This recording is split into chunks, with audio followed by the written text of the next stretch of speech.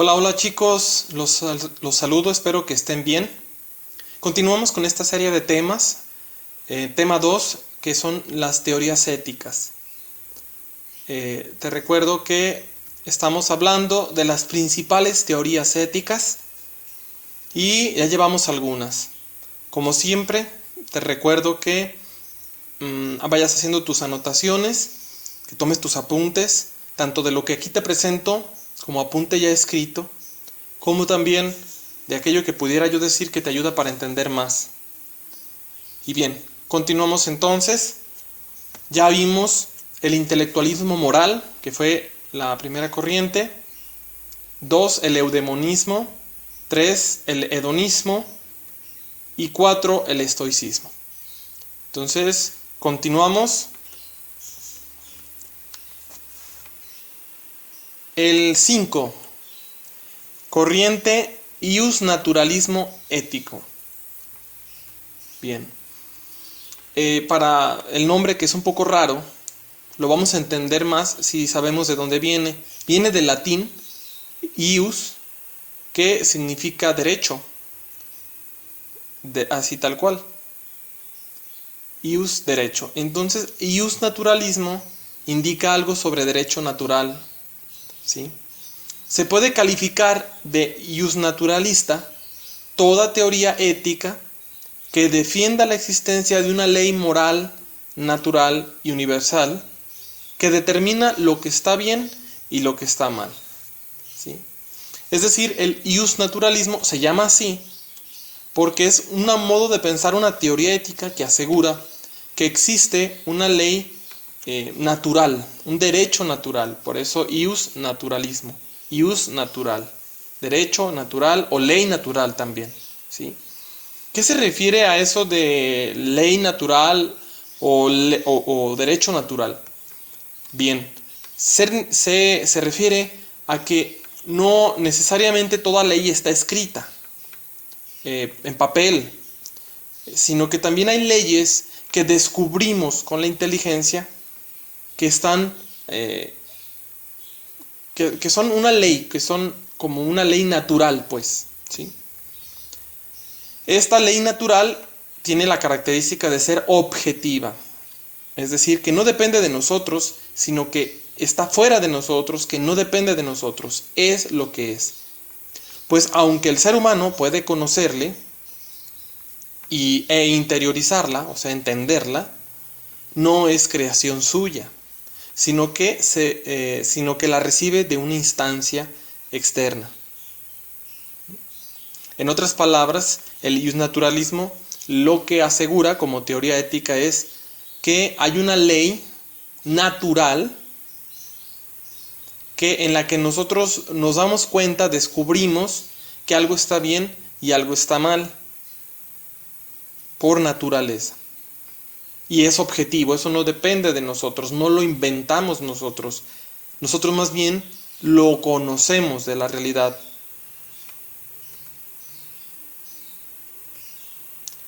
Santo Tomás de Aquino, bueno, es un santo en la Iglesia Católica. Tomás de Aquino es el filósofo que ha mantenido de forma más convincente el ius naturalismo ético. Es su máximo representante.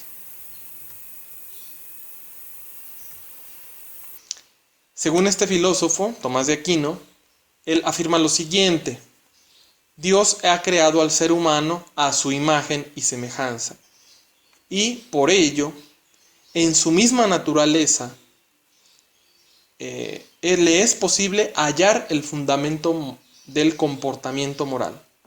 Las personas encuentran en su interior una ley natural que determina lo que está bien y lo que está mal. Gracias a esta participa de la ley eterna o divina, ¿sí? Bueno, aquí hay muchas cosas de las que no podríamos profundizar mucho porque el tiempo no es suficiente y porque además la materia no es esa. Cada ética también parte y tiene mucho que ver con toda su concepción del mundo. En el caso de Tomás de Aquino, él parte o tiene varios puntos de partida filosóficos. Por ejemplo, él asegura la existencia de Dios.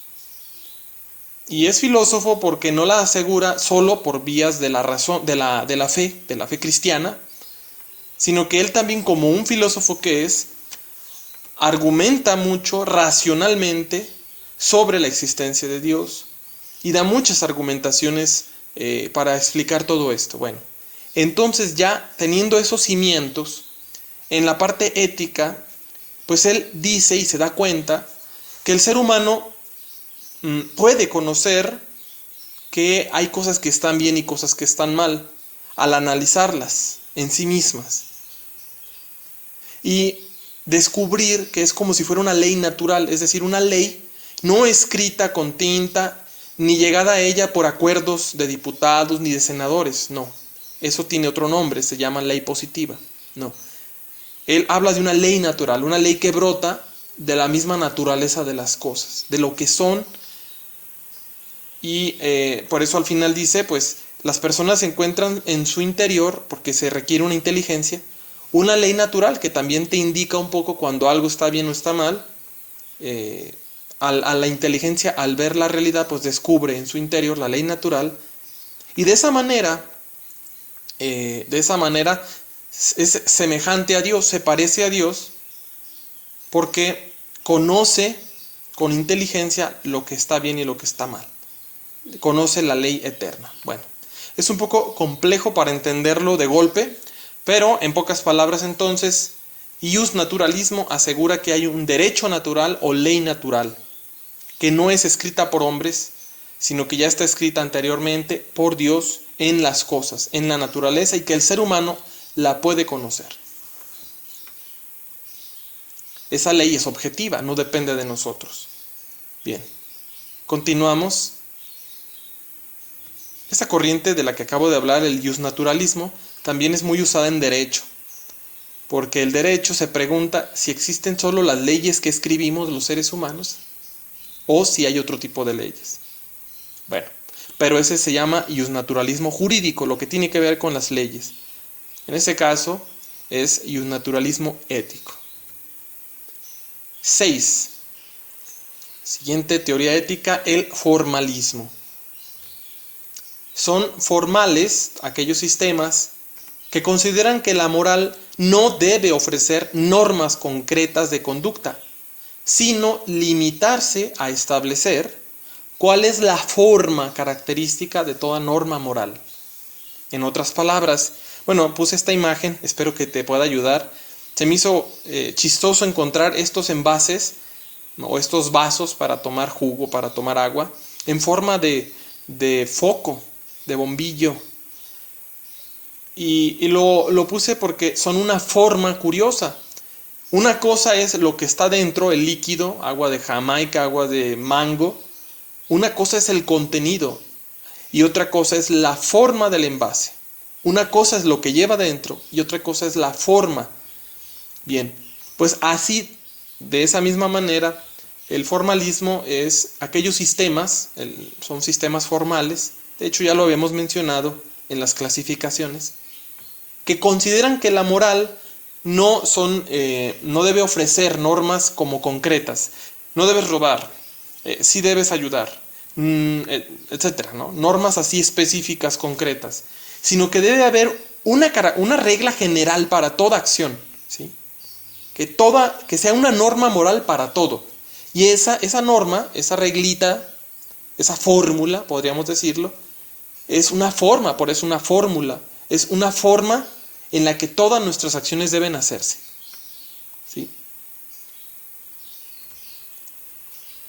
Obviamente Kant es el máximo representante y de hecho es el inaugurador de esta corriente. Según Immanuel Kant, solo una ética de estas características que ya mencionamos formales podría ser universal, o sea, para todos. Solo una ética con estas características podría ser universal, o sea, para todos, y garantizar la autonomía moral propia de un ser libre y racional como es el ser humano. Según Kant, solo esta forma haría que la moral pudiera ser para todos y que fuera para el ser humano. La ley o norma moral no puede venir impuesta desde fuera, eso es lo que dice Kant.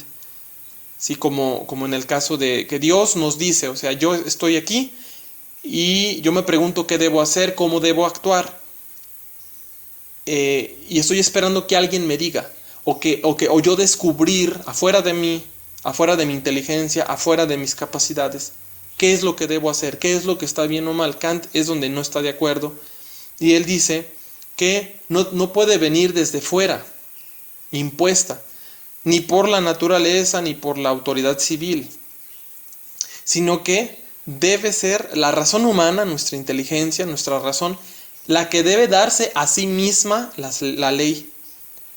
Si la razón legisla sobre ella misma, la ley será universal para todos, pues será válida para todo ser racional. Es decir, todo ser que piensa, todo ser racional, si usa esa misma razón y esa misma razón se da a las leyes, pues esa ley, esa norma, es válida para todo ser que tenga razón, que sea inteligente, porque podrá descubrir que ahí es racional esa ley. Y esa ley debe venir desde dentro, parte desde dentro, de su misma razón, no desde fuera.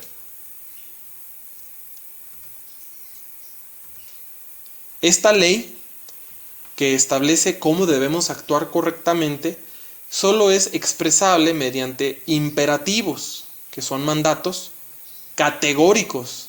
Categóricos para Kant quiere decir incondicionados, o sea, no tienen condición, son necesarios, deben ser así. Estos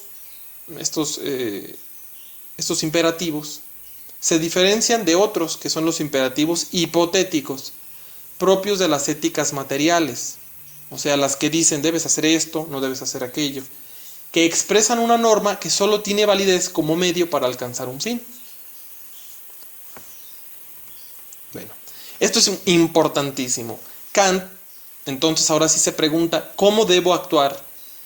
¿Cómo debe ser mi actuar para que sea ético? Y formula lo siguiente, el imperativo categórico, así se llama, el imperativo categórico, es decir, el mandato categórico, incondicionado, y lo formula Kant. Tiene varias fórmulas, o muy parecidas todas, y es obra, Kant nos diría, obra de tal modo, de tal forma, por eso se llaman formalismo, que tu acción pueda convertirse en ley natural. Si te das cuenta, aquí no habla ni de robar, ni de matar, ni de mentir, ni de tampoco de ayudar a nadie, ayudar a un pobre, o a ayudarle a tus papás. No dice qué acción concreta, material, debes hacer, sino que esta es su fórmula, esta es su forma. Obra de tal modo que tu acción pueda convertirse en ley natural. Alguien va a robar, alguien quiere robar, pero se pregunta, ¿lo hago o no lo hago? ¿Está bien o está mal? ¿Es correcto o incorrecto? Y Kant contesta, obra de tal manera que esa acción que vayas a hacer se pudiera convertir en ley universal, en ley para todos. Tú descubres que, no, pues es que si yo robara, a mí también me robarían. Y sería algo que me afectaría, entonces no debo robar. La forma como la que debo actuar es que no podría ser una ley para todos, no estaría yo de acuerdo. Y entonces no lo hagas. Este imperativo categórico que está aquí no depende, son observaciones que hace Kant, no depende de ningún fin. Si te das cuenta, no es teleológica este imperativo, no está pensando en un fin. No, mira, es que si obras de tal manera vas a tener un premio, vas a conseguir la felicidad, te va a traer placer. No, obra de tal modo que tu acción pueda convertirse en ley natural. No persigue un fin para ti, un fin para la persona que va a actuar. Y además no nos dice qué tenemos que hacer así en específico, sino que sirve como criterio para saber qué normas sí son morales y cuáles no. Establece cuál es la forma que debe de tener la norma para ser moral. Solo aquellas normas que sean universalizables serán realmente normas morales. Solo aquellas normas que pudieran convertirse en universales, o sea, para todos, que todos lo hicieran y descubriéramos racionalmente que eso sería lo bueno, solo esas normas serían morales. Y las que no pudieran ser universales, esas no son normas moralmente adecuadas. Y por último en este día, el emotivismo. Ya el mero nombre te dice algo. Por emotivismo se entiende cualquier teoría que considere que los juicios morales surgen de las emociones. Enojo, tristeza, susto, asco, alegría. Según esta corriente, la moral no pertenece al ámbito de lo racional. No puede ser objeto de discusión o de argumentación y por lo tanto no existe lo que se llama el conocimiento ético. Básicamente el emotivismo dice la moral, nuestro actuar, no tiene su fundamento, su razón en la inteligencia humana y en la razón, sino más bien en los sentimientos, en las emociones. Así es como se explica, y de hecho, pues en pocas palabras dice que no se puede hacer ética, no hay conocimiento ético.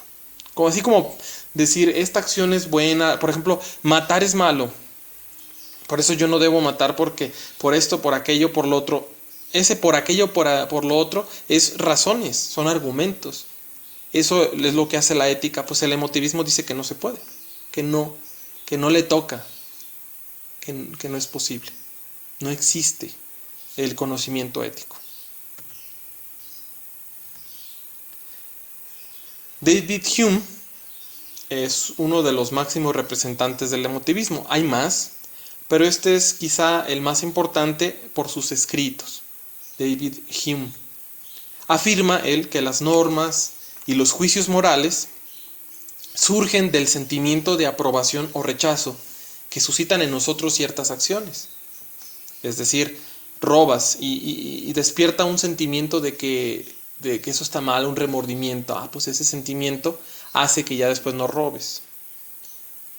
Así, una norma como debe ser sincero o un juicio moral como decir la verdad es lo correcto, dice Hume, se basan en el sentimiento de aprobación que provocan las acciones sinceras. Es decir, cuando dices la verdad, tenemos un sentimiento de que eso está bien. Por eso, pues alentamos, o eso nos alienta a seguir siendo sinceros. Y en el sentimiento de rechazo que generan las acciones engañosas. Cuando decimos una mentira, dice Hume, sentimos remordimiento, nos sentimos mal, sentimos que algo no está bien. Y ese sentimiento, pues, nos causa un rechazo a las acciones, por ejemplo, en este caso de engaño. Aquí el subrayado es los sentimientos. Para los emotivistas, los juicios morales, o sea, de lo que está bien y lo malo, tienen la función de suscitar, de despertar esos sentimientos no solo en mí, sino en el interlocutor, en el que me escucha, y así promover acciones conforme a los sentimientos. La función que poseen los juicios y las normas morales es influenciar en los sentimientos y en la conducta del interlocutor. En otras palabras, el emotivismo es la moral, la manera de entender y de explicar el comportamiento humano que se basa en los sentimientos. Y ahí tiene toda su explicación, en los meros sentimientos. Sentimientos como el de alegría, de tristeza, enojo, susto, en fin. Y así es como nos debemos regir en la vida, por el sentimiento.